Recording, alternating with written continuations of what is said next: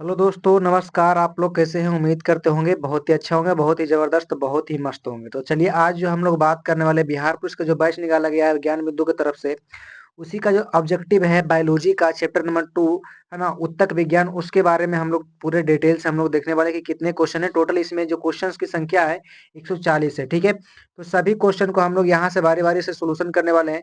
अगर चैनल पहली बार आया हो मेरे दोस्त, तो चैनल को सब्सक्राइब कर लेना और अपने इस बिहार पुलिस जो बैच निकाला गया है ज्ञान बिंदु की तरफ से, सभी को क्वेश्चंस को हम डेली क्वेश्चन वाइज क्वेश्चन करेंगे, चैप्टर वाइज चैप्टर करेंगे, ठीक है। तो अगर आप इस बैच को पूरी तरीके से कंप्लीट करना चाहते हैं, तो इस चैनल को सब्सक्राइब कर लीजिए और अपने दोस्तों के पास शेयर कीजिए और कमेंट एक बार जरूर करना मेरे भाई, कैसा लगा। तो ठीक है, चलिए हम लोग को ज्यादा देर टाइम ना लेते हुए डायरेक्ट अपना हम क्वेश्चंस पे आएंगे और बताना है। पहला नंबर क्वेश्चन देखिए यहाँ पर क्या कह रहा है कि कोशिकाओं का ऐसा समूह जो रूप, कार्य और उत्पत्ति में समान होता है, उसे क्या कहता है मेरे भाई? तो इसे उत्तक कहा जाता है। क्या कहा जाता है? इसे उत्तक कहा जाता है, ठीक है ना। कोशिकाओं का ऐसा समूह जो रूप, कार्य और उत्पत्ति में समान होता है, उसे क्या बोला जाता है? उत्तक बोला जाता है, ठीक है ना। ये पहले नंबर क्वेश्चन का ऑप्शन नंबर 2 हो जाएगा राइट आंसर, ठीक है। दूसरा नंबर क्वेश्चन देखिए क्या कर रहा है। ये है आपको स्टेटमेंट बेस, और स्टेटमेंट बेस क्वेश्चन आप लोग तो जानते हैं कि बहुत बार क्वेश्चन पूछता है। अभी इसका वेटेज भी अच्छा खासा ले रहा है, ठीक है। तो यहाँ पर बताना है कि निम्नलिखित कथनों पर विचार कीजिए। 3 गो स्टेटमेंट दिया गया है, इसमें पूछ रहा है कि कौन-कौन सा सही है, कौन-कौन सा गलत है। पहले नंबर स्टेटमेंट कर रहा है कि समान उत्पत्ति तथा समान कार्य को संपादित करने वाली कोशिकाओं को समूह को उत्तक कहा जाता है। तो ये बिल्कुल सही जवाब है मेरे भाई, है ना। ऊपर भी वही क्वेश्चन पूछा गया और नीचे भी स्टेटमेंट में पहला नंबर वही पूछ रहा है, तो ये क्या हो जाएगा? सही हो जाएगा। दूसरा क्या कर रहा है, उत्तक एक कोशिकीय तथा बहुकोशिकीय दोनों जीवों में पाया जाता है। नहीं मेरे भाई, ये एक कोशिकीय जीव में नहीं पाया जाता, ठीक है ना। ये बहुकोशिकीय जीव में सिर्फ उत्तक पाया जाता है, ठीक है। तो इस प्रकार से दूसरा क्या हो जाएगा? गलत हो जाएगा।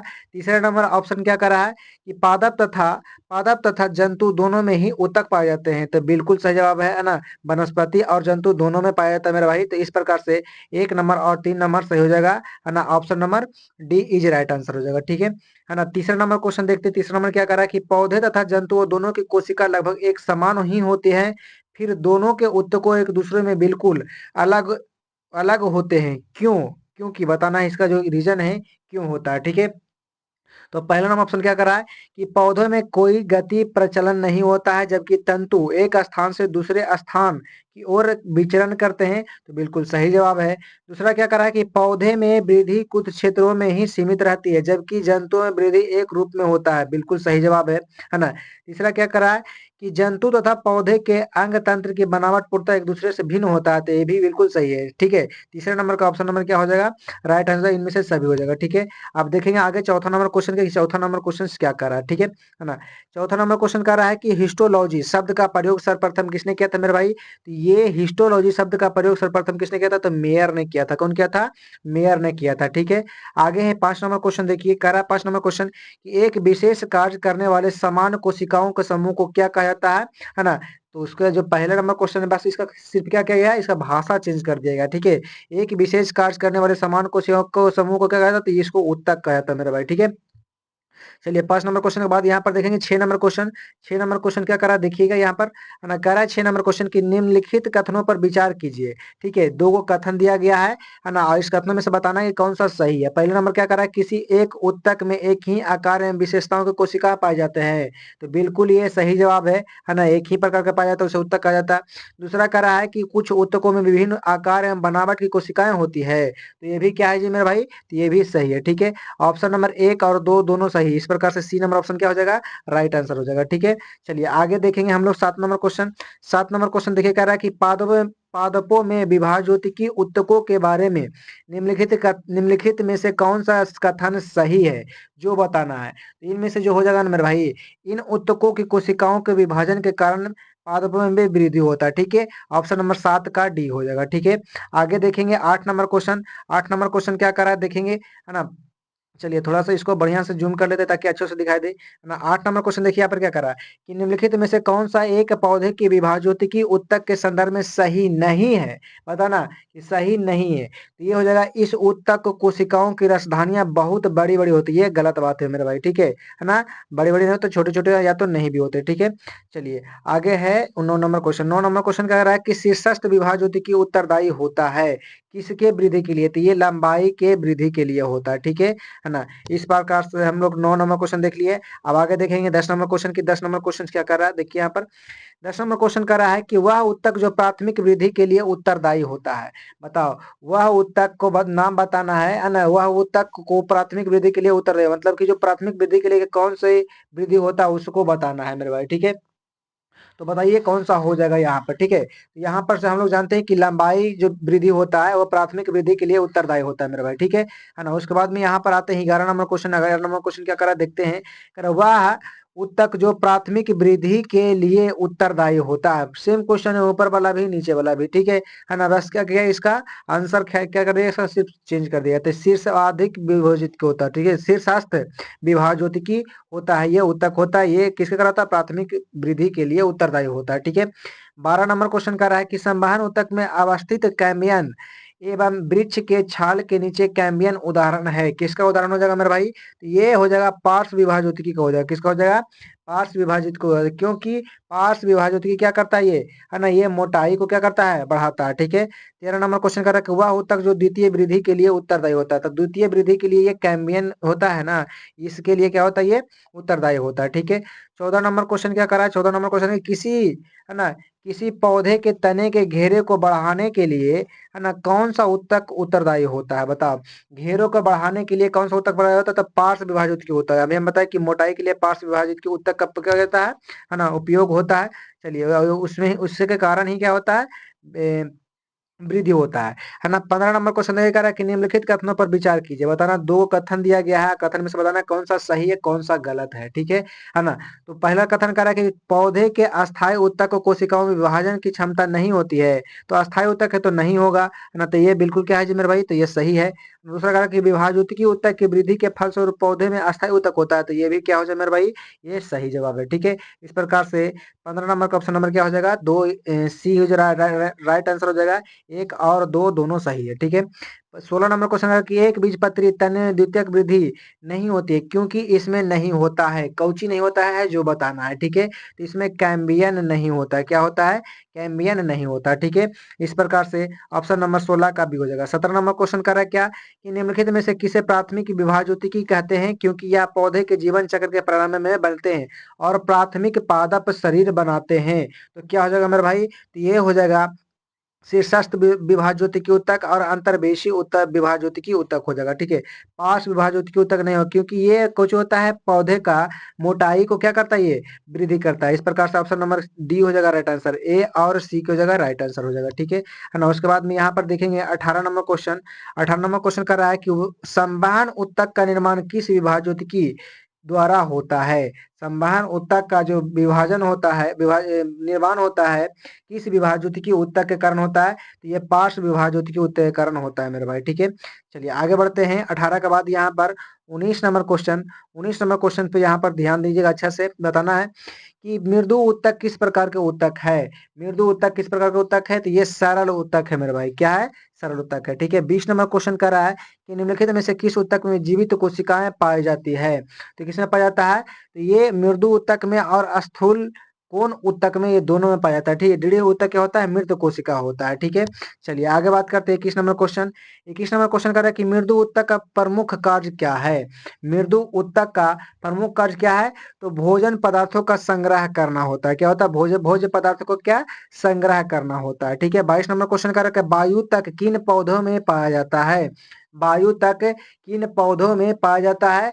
ये हाइड्रोफाइट्स में पाया जाता है मेरे भाई, ठीक है? किसमें पाया जाता है? हाइड्रोफाइट्स। लिथोफाइट्स क्या? चट्टानों पर उगने वाला पौधा को लिथोफाइट्स कहा जाता है। जीरोफाइट्स, है ना, जीरो फाइट कहता है मरुस्थलीय में, मरुस्थलीय में जो होता है उसे जीरो फाइट्स बोला जाता है ना? मीसोफाइट किसको बोलते हैं? तो मीसोफाइट कहा जाता है समशीतोष्ण कटिबंधीय क्षेत्र में जो पाया जाता है ना, उसे मीसोफाइट बोला जाता है, ठीक है?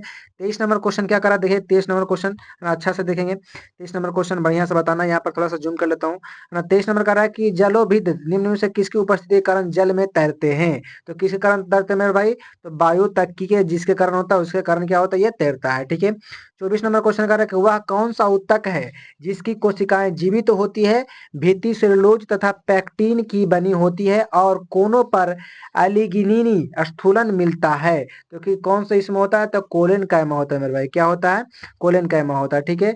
25 नंबर क्वेश्चन कर रहा है कि निम्नलिखित में से कौन एक उत्तक केवल तरुण पौधों में पाया जाता है, बड़े बड़े वृक्षों में नहीं। तो कौन सा नहीं पाया जाता है? तो ये भी क्या पाया जाता है? स्थूल कोण नहीं पाया जाता है। क्या पाया जाता है? स्थूल कोण नहीं पाया जाता। बाकी मृदु उत्तक, दृढ़ उत्तक और हरित उत्तक ये सब क्या पाया जाता है? सब पाया जाता है।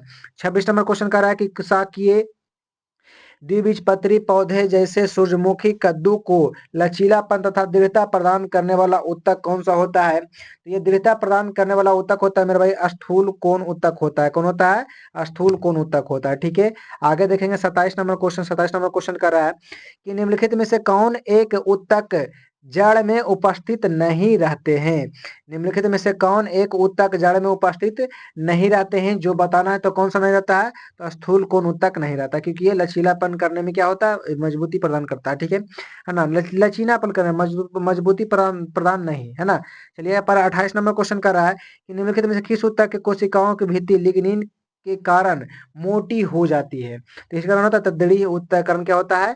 मोटी हो जाता है। ठीक है, आगे बात करते हैं 29 नंबर क्वेश्चन। यहाँ पर 29 नंबर क्वेश्चन सबको ये है बताना। 29 नंबर क्वेश्चन कि पौधे कुछ भाग मोड़ने पर बिना टूटे आसानी से मोड़े जा सकते हैं। कुछ भाग जैसे पत्ते तने की इस नम्यता का कारण किसकी बहुतायता को माना जा सकता है?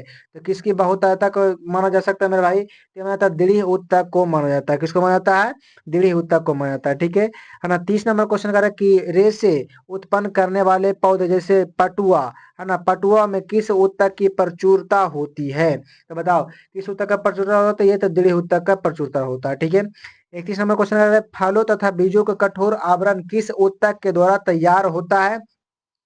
तो फलों तथा बीजों का कठोर आवरण जो किस ऊतक के द्वारा प्रदान होता है मेरे भाई? तो ये दृढ़ ऊतक के कारण क्या होता है? ये निर्माण होता है। 32 नंबर क्वेश्चन है सुबेरिन नामक कार्बनिक पदार्थ जमा होता है। बताना सुबेरिन नामक कार्बनिक पदार्थ कहाँ जमा होता है? तक कॉर्क कोशिका में जमा होता है। ठीक है, 33 नंबर क्वेश्चन का व्यापारिक कॉर्क किससे प्राप्त होता है? तो व्यापारिक जो कॉर्क होता है प्राप्त होता है कॉर्क केमिवियन से होता है। क्या होता है? कॉर्क केमिवियन से होता है। ठीक है, 34 नंबर क्वेश्चन कर रहा है कि वाणिज्यिक मूल वाला कर्क किससे प्राप्त होता है ना? वाणिज्यिक मूल वाला कर्क किससे प्राप्त होता है? इसको बताना। तो केकर सुबेरी से किया जाता है। किससे जाता है? केकर्स सुबेर से किया जाता है। केकर्स सुबेर से किससे किया जाता है मेरे भाई? ठीक है, इस प्रकार से इसको याद रख लेना। ठीक है, 35 नंबर क्वेश्चन कर रहा है कि मृदु उत्तक की कोशिकाएं होती है। मृदु उत्तक के जो कोशिकाएं होते हैं गोलाकार होते हैं। क्या होता है? गोलाकार होता है। ठीक है, आगे देखेंगे 36 नंबर क्वेश्चन। देखिए 36 नंबर क्वेश्चन क्या कर रहा है? कह रहा है 36 नंबर क्वेश्चन कि दृढ़ कोशिकाओं में कौन सा गुण नहीं पाया जाता है? दृढ़ कोशिकाओं में कौन सा गुण नहीं पाया जाता है? तो ये मृदु तक कोशिकाओं से निर्मित होता है। ये बात कुछ होता है जी गलत है ना? ये जीवित कोशिकाओं का पाया जाता है। ठीक है ना? आगे है ना 37 नंबर क्वेश्चन। 37 नंबर क्वेश्चन है कि निम्नलिखित में से किस ऊतक की कोशिकाओं में अंतर कोशिका स्थान नहीं पाया जाता है? तो कौन सा कोशिका है इसमें अंतराश्मिक नहीं पाया जाता है? तो ये विभाज्योतिकी उत्तर और दृढ़ ऊतक में अंतरा अंतरा कोशिकीय स्थान नहीं पाया जाता है। ठीक है ना? मृदु तक में पाया जाता है। इस प्रकार से ऑप्शन नंबर डी हो जाएगा, ए और सी। 38 नंबर क्वेश्चन है कि पौधे से प्राप्त होने वाला कॉर्क में कौन सी विशेषता नहीं पाया जाता है? तो कौन सा नहीं पाया जाता मेरे भाई? तो इसके कोशिकाओं में पर्याप्त मात्रा में जीव द्रव्य पाए जाते हैं। ठीक है ना? ये वाला गुण नहीं होता है उसमें। ठीक है, चलिए आगे बढ़ते हैं। 38 के बाद यहाँ पर 39 नंबर क्वेश्चन। 39 नंबर क्वेश्चन का रहा देखिए यहाँ पर कि बिलामेन की आवश्यकताएं होती है। बिलामेन की आवश्यकताएं होती है किस लिए? नमी को अवशोषण के लिए क्या होता है मेरे भाई? अवशोषण के लिए क्या होता है? आवश्यकता होती है। 40 नंबर क्वेश्चन का रहा है किस प्रकार के जड़ में बिलामेन नामक आर्द्रग्राही स्पंजी उत्तक पाए जाते हैं? तो किसमें पाया जाता है? तो ये किसमें पाया जाता है मेरे भाई? तो ये पाया जाता है आपको, है ना, अधिपाद मूल में पाया जाता है। किसमें पाया जाता है? अधिपाद मूल में पाया जाता है। ठीक है ना? 41 नंबर क्वेश्चन है कि आर्किड में विलोमन उत्तक पाया जाता है। आर्किड में विलोमन उत्तक पाया जाता है। किसमें पाया जाता है मेरे भाई? तो ये मूल में पाया जाता है। ठीक है, मूलों में पाया जाता है, जड़ों में पाया जाता है। ठीक है, 42 नंबर क्वेश्चन करके पौधे का सबसे बाहरी स्तर या छिलका को क्या कहते हैं? पौधे का सबसे बाहरी या है ना, या छिलके को क्या कहते हैं, इसको बारे में बताना है। तो इसको बोलते हैं अधिचर्म बोलते हैं या एपिडर्मिस बोलते हैं। क्या बोलते हैं? अधिचर्म बोलते हैं या एपिडर्मिस बोलते हैं। ठीक है। 43 नंबर क्वेश्चन कर रहा है कि शुष्क स्थानों पर पाए जाने वाले पौधे को एपिडर्मिस में कौन सी परत होती है जो पौधों में जल हानि को रोकता है? तो ये कौन रोकता है मेरे भाई? है ना, तो क्यूटिकल रोकता है। कौन रोकता है? क्यूटिकल रोकता है। आगे देखेंगे 44 नंबर क्वेश्चन। देखिए यहाँ पर 44 नंबर क्वेश्चन कर रहा है कि त्वचाजन ऊतक शीर्षास्थ विभाज्योतिकी से बनता है, यह निम्नलिखित में से किस में विकसित होता है, जिसको बताना है। ठीक है। तो ये बाह्य त्वचा में होता है, एपिडर्मिस में होता है। ठीक है। 45 नंबर क्वेश्चन कर रहा है कि निम्नलिखित में से कौन सा ऊतक तंत्र पौधे के संपूर्ण मध्य भाग का निर्माण करते हैं, है ना, ऐसे भी बोल सकते हैं इसको, है ना, ग्राउंड और फंडामेंटल टिश्यू सिस्टम करता है मेरे भाई। ठीक है ना। इस प्रकार से 45 का ऑप्शन नंबर बी हो जाएगा। 46 नंबर क्वेश्चन कर रहा है कि रंध्र तथा मूल रोम पाए जाते हैं। रंध्र तथा मूल रोम किसमें पाया जाता है? तो ये बाह्य त्वचा में पाया जाता है, एपिडर्मिस में पाया जाता है मेरे भाई। ठीक है। 47 नंबर क्वेश्चन है कि पौधे के वह त्वचा के ठीक नीचे की परत को क्या कहते हैं? तो ठीक नीचे के परत को कहते हैं, देखिए ऑप्शन नंबर इसमें क्या हो जाएगा, तो कॉर्टेक्स हो जाएगा मेरे भाई। क्या हो जाएगा? कॉर्टेक्स हो जाएगा। ठीक है ना। आपको 47 नंबर का ऑप्शन नंबर क्या हो जाएगा? सी हो जाएगा। 48 नंबर क्वेश्चन देखिए यहाँ पर कह रहा है, पौधे के अंतः त्वचा और संवहन मंडल के बीच पाए जाने वाले परत को क्या कहते हैं? इसको क्या कहते हैं मेरे भाई? है ना, बताओ जल्दी फटाफट। क्या हो जाएगा 48 का? तो 48 का हो जाएगा आंसर मेरे भाई कि इसका हो जाएगा परिरंभ बोलते हैं इसको। क्या बोलते हैं? परिरंभ बोलते हैं। ठीक है। पेरी साइकिल जिसको बोलते हैं। ठीक है। 48 का ऑप्शन नंबर डी। 49 नंबर का ऑप्शन नंबर क्या हो जाएगा? देखिए यहाँ पर क्वेश्चन क्या करा है कि कैम्बियन के संबंध में निम्न में से कौन सा सही नहीं है?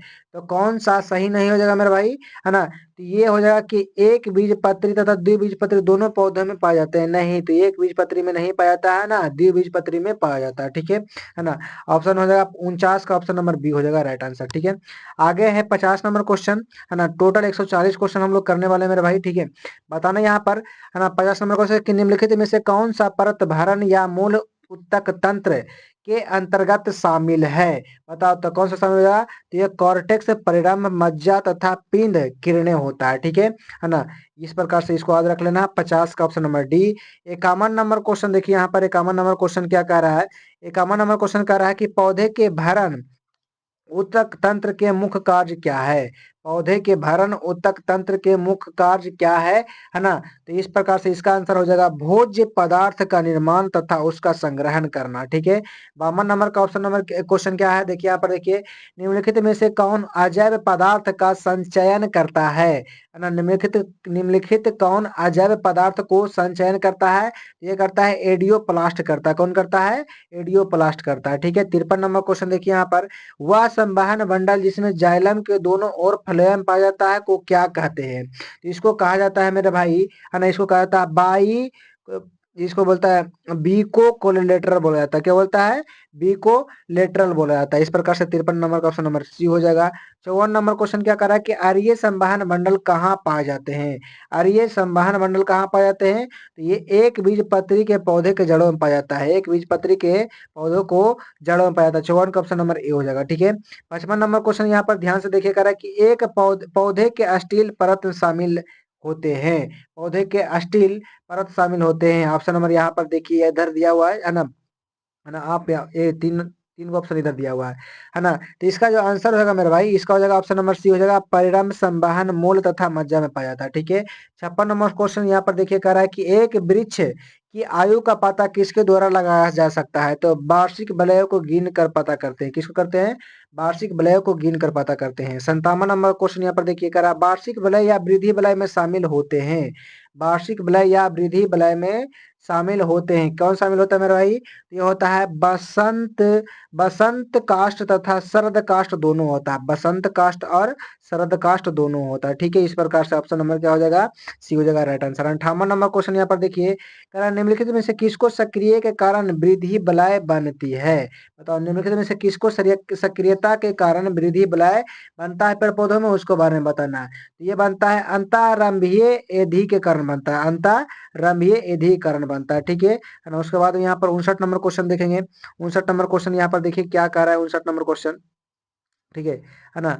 59 नंबर क्वेश्चन देखिए अच्छा से, कह रहा है कि एक वृक्ष के पुराने तने की अनुप्रस्थ काट में 50 वार्षिक बलय मिलते हैं। वृक्ष की आयु कितना होगा? तो 50 वर्ष होगा। जितना बलय मिलेगा वो क्या हो जाएगा? उसका आयु हो जाएगा। ठीक है ना। देखिए आगे है ना 60 नंबर क्वेश्चन, कि समुद्र किनारे उगने वाले वृक्षों में वार्षिक बलय नहीं होते हैं, क्योंकि क्योंकि उसको वार्षिक बलय क्यों नहीं होता है? तो ये क्यों नहीं होता मेरे भाई? तो ये अस्पष्ट जलवायवीय भिन्नता नहीं होता है। ठीक है, स्पष्ट जलवायवीय भिन्नता नहीं होता, इसी कारण उसमें बलय नहीं बनता, इसलिए हम वहां पर गिन करके नहीं पता कर सकते हैं।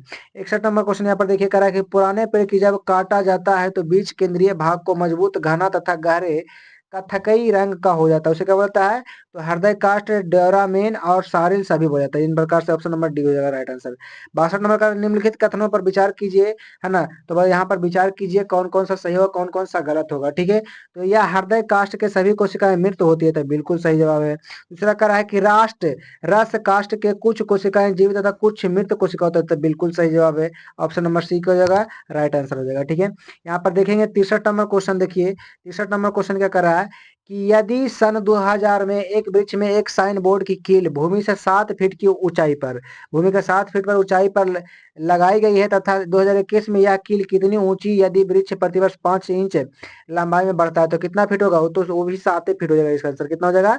7 फीट ही रहेगा, क्योंकि जो कोशिका बनता है ऊपर की ओर हमेशा बनते जाता है मेरे भाई। ठीक है, तो जहां पर कील ठोकेंगे वहीं पे रहेगा। ठीक है, चलिए 64 नंबर क्वेश्चन कर रहा है कि जटिल ऊतक बना होता है। बताओ, जटिल ऊतक जो बना होता है किसका बना होता है मेरे भाई? तो भिन्न भिन्न कार्य करने वाले विभिन्न प्रकार के कोशिकाओं का बना होता है। ठीक है ना। 64 का ऑप्शन नंबर सी हो जाएगा। 65 का रहा है कि चालनी नलिका तथा सह कोशिकाएं पाई जाती है ना। चालनी नलिका तथा सह कोशिकाएं पाई जाती है ना। तो कहाँ पाया जाता है? तब फ्लोएम में पाया जाता है। ठीक है, चलिए 66 नंबर क्वेश्चन, जाइलम एवं फ्लोएम का निर्माण कितने तत्वों से होता है? तो 4 तत्वों से होता है। ठीक है ना। 67 नंबर क्वेश्चन है कि संवहन ऊतक का निर्माण किससे होता है? संवहन ऊतक का निर्माण किससे होता है? ये होता है पार्श्व विभाजोत्की ऊतककरण होता है, पार्श्व विभाजोत्की ऊतककरण होता है। ठीक है, 68 नंबर क्वेश्चन है इनमें कौन जाइलम तत्व नहीं है? इनमें कौन जाइलम तत्व नहीं है? तो साइब ट्यूब नहीं है। कौन है जी? साइब ट्यूब नहीं है। ठीक है ना। अच्छा, बाकी सब है। 69 नंबर क्वेश्चन यहाँ पर देखिए ध्यान से अच्छा से। 69 नंबर क्वेश्चन कर रहा है कि फ्लोएम का एक परिपक्व चालनी नलिका वाहिका से भिन्न होती है। बताओ, फ्लोएम का एक परिपक्व चालनी नलिका वाहिका से भिन्न होता है, इसका आंसर क्या हो जाएगा? तो क्रियात्मक केंद्र के अभाव होता है, इसके कारण भिन्न होता है। ठीक है, 70 नंबर क्वेश्चन है कि जाइलम का कौन सा तत्व मुख्य रूप से जल तथा खनिज लवण के परिवहन का कार्य करती है? तो बताना है कौन सा कार्य करता है मेरे भाई? तो ये करता है कि वाहिनिकाएं और वाहिकाएं दोनों मिलकर करता है। ऑप्शन नंबर क्या हो जाएगा? डी हो जाएगा राइट आंसर। 71 नंबर क्वेश्चन कर रहा है कि जाइलम का कौन सा तत्व है ना चालनी कोशिकाओं को क्या है जी मेरे भाई? है ना। 71 नंबर क्वेश्चन यहाँ पर ध्यान से देखिए, कह रहा है क्वेश्चन कि जाइलम का कौन सा तत्व जीवित कोशिकाओं का बना होता है? तो किसका बना होता है मेरे भाई? ये बना होता है जाइलम मृदु ऊतक का बना होता है, जाइलम मृदु ऊतक का बना होता है। 72 नंबर क्वेश्चन देखिए, कह रहा है कि फ्लोएम का कौन सा तत्व मृत कोशिकाओं का बना होता है ना। फ्लोएम का कौन सा तत्व मृत कोशिकाओं का बना होता है? तो ये बना होता है मेरे भाई, किसका बना होता है? तो ये बना होता है बास्ट तंतु का बना होता है। किसका होता है?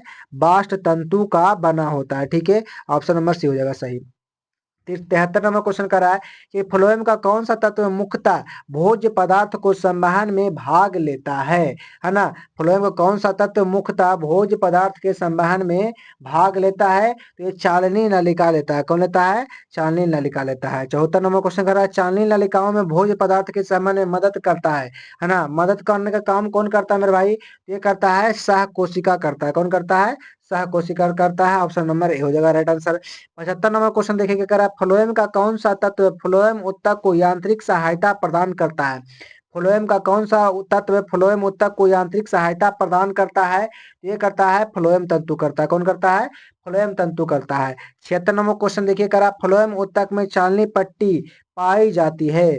फ्लोएम ऊतक में चालनी पट्टी पाया जाता है मेरे भाई, तो कहाँ पाया जाता है? तो दो चलनी नलिकाओं के बीच पाया जाता है, दो चलनी नलिकाओं के बीच में पाया जाता है। 77 नंबर क्वेश्चन देखिए, कह रहा है पौधे में फ्लोएम मुक्ता उत्तरदायी होता है।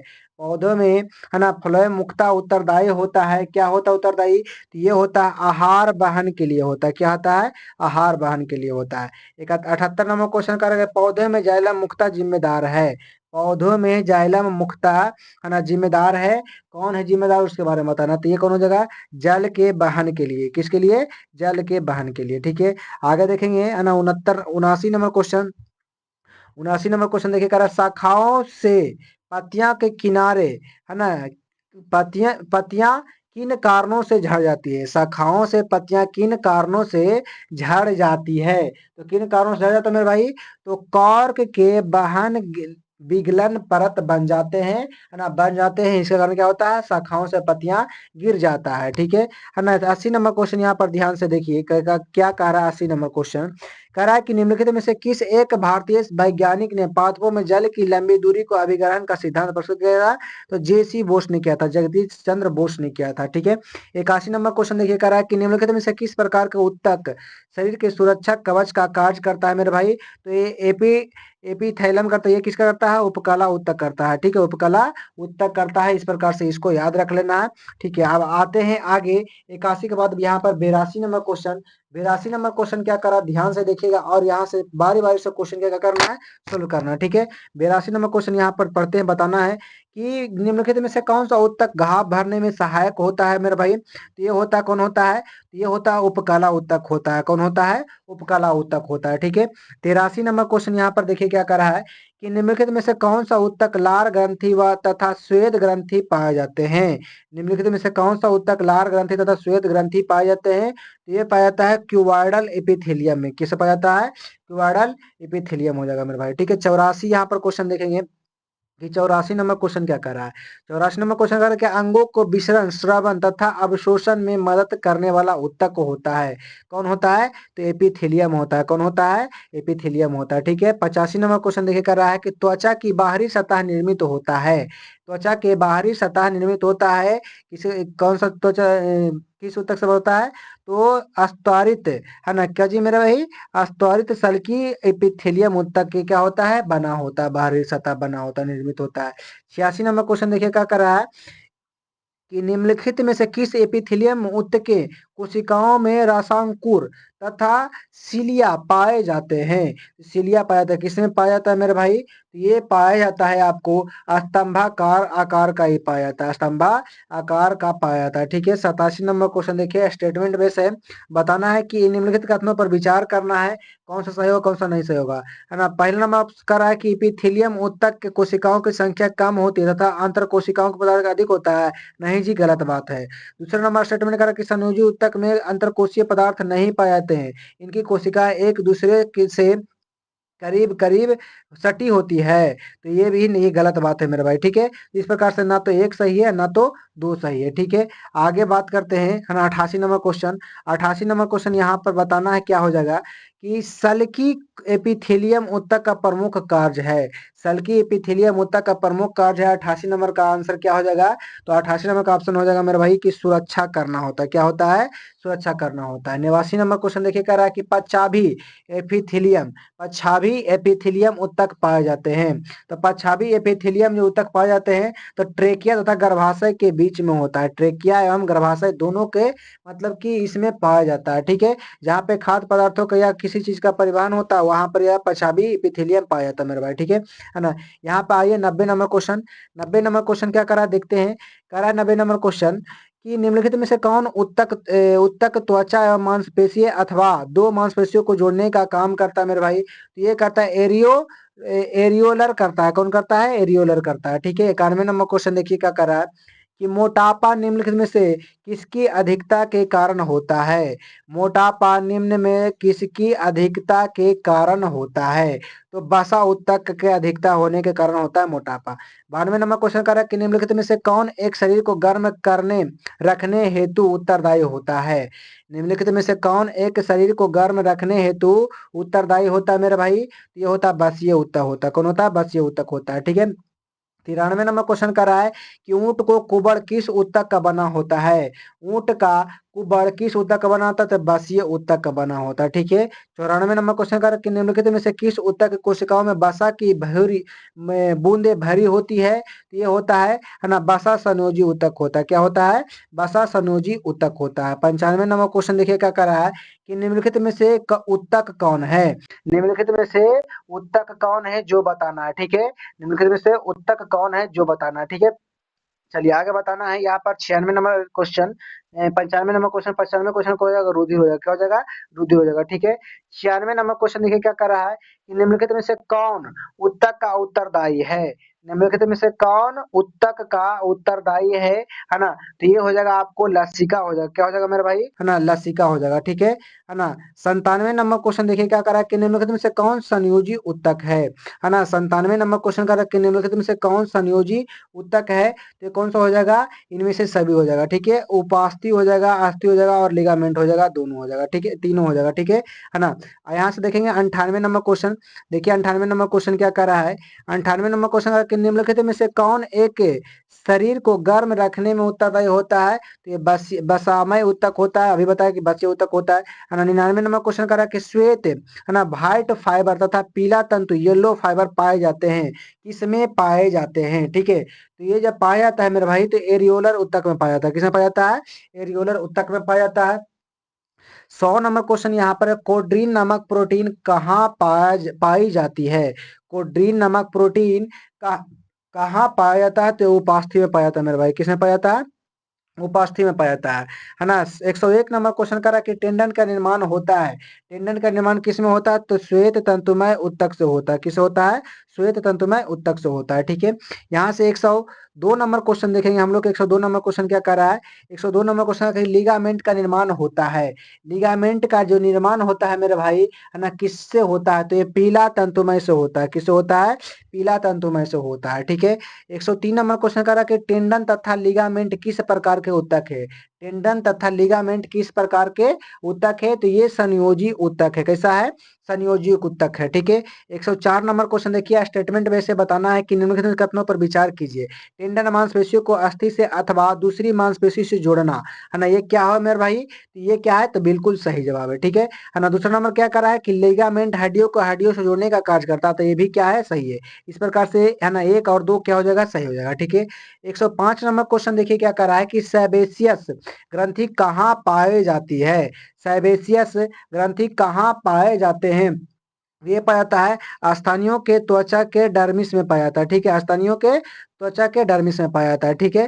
चलिए 106 नंबर क्वेश्चन कर रहा है कि लेक्रामल ग्रंथि क्या स्रावित करता है? तो आंसू करता है, सभी जानते हैं। 107 नंबर क्वेश्चन देखिए क्या कर रहा है, किस ऊतक से तलवे खुर और सिंग बने होते हैं? किस ऊतक से तलवे खुर और सिंग बने होते हैं? ये बना होता है मेरे भाई है ना, केरोटीन के बना होता है। किसका होता है? केरोटीन का बना होता है, ठीक है ना। यहाँ से 108 नंबर क्वेश्चन देखेंगे। 108 नंबर क्वेश्चन क्या कर रहा है ना, कि ऑस्टियोब्लास्ट नामक कोशिका उपस्थित होता है। बताना है कि ऑस्टियोब्लास्ट नामक कोशिका जो उपस्थित होता है कहाँ उपस्थित होता है? तो ये अस्थि में उपस्थित होता है। किसमें होता है? अस्थि में उपस्थित होता है, ठीक है।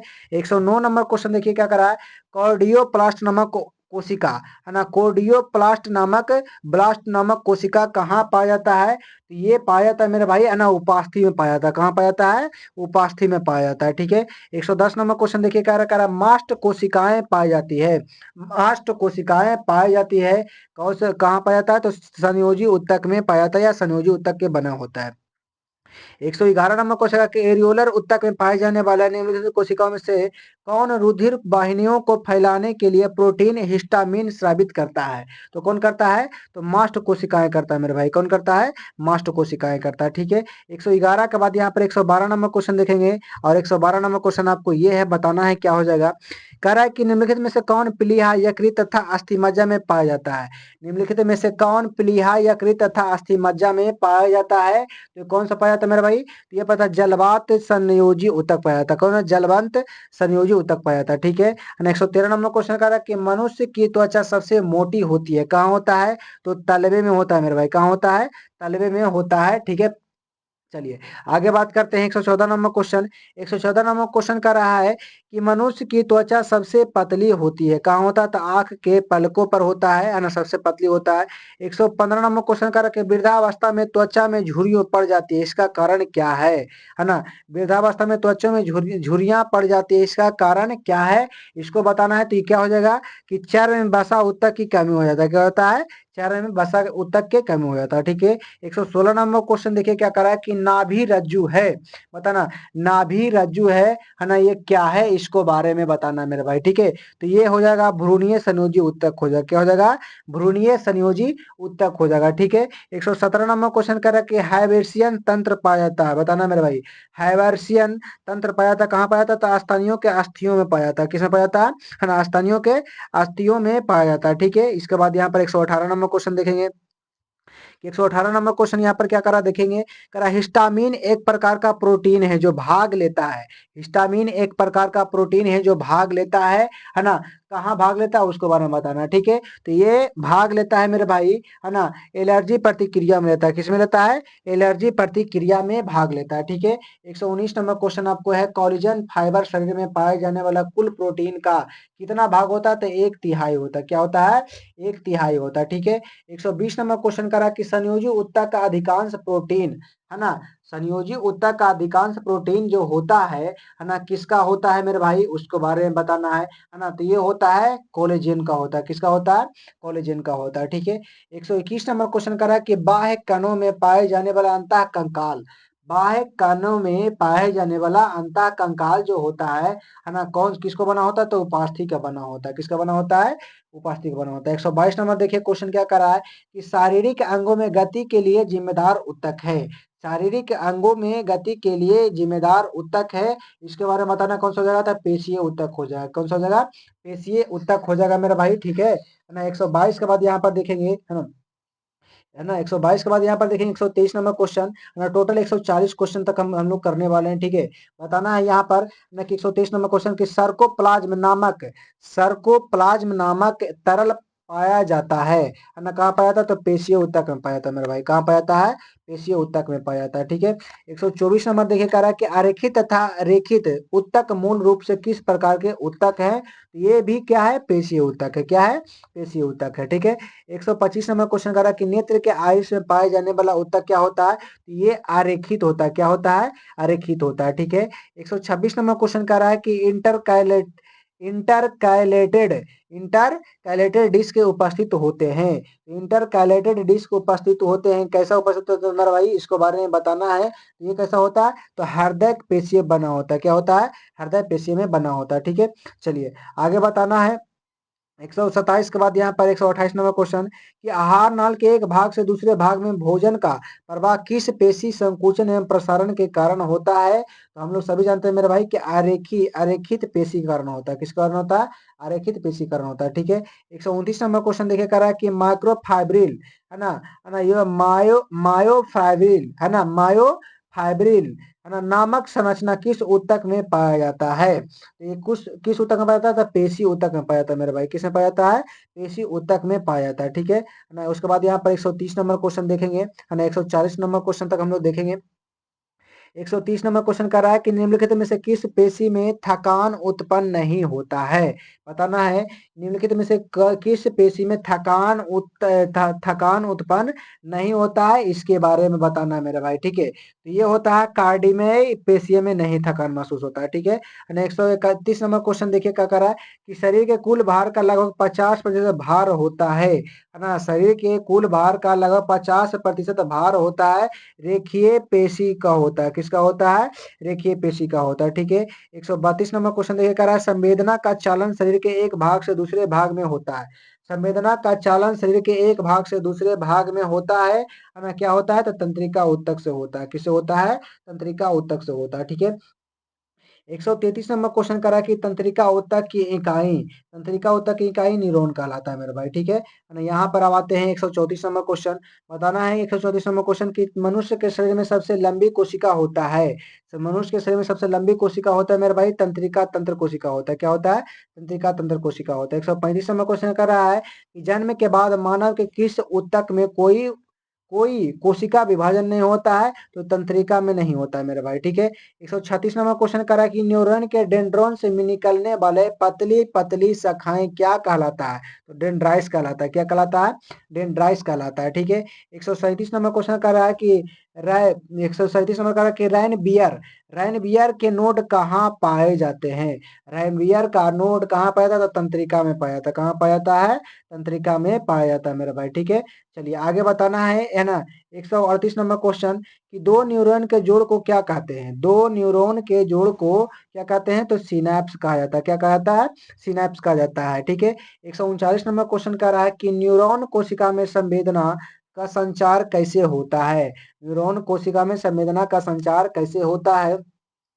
ये होता है मेरे भाई, है ना, ये होता है ना, ये होता है आपको एक न्यूरॉन से दूसरे न्यूरॉन के डेंड्राइट से। ये क्या है मेरे भाई? तो ये बिल्कुल क्या है? सही है। दूसरा कह रहा है एक न्यूरॉन के डेंड्राइट से दूसरे न्यूरॉन के एक्सोन से होता है। तो ये क्या है आपको? ना ये भी आपका क्या है? सही है, ठीक है। इस प्रकार से ए और बी दोनों क्या है? सही है, ठीक है।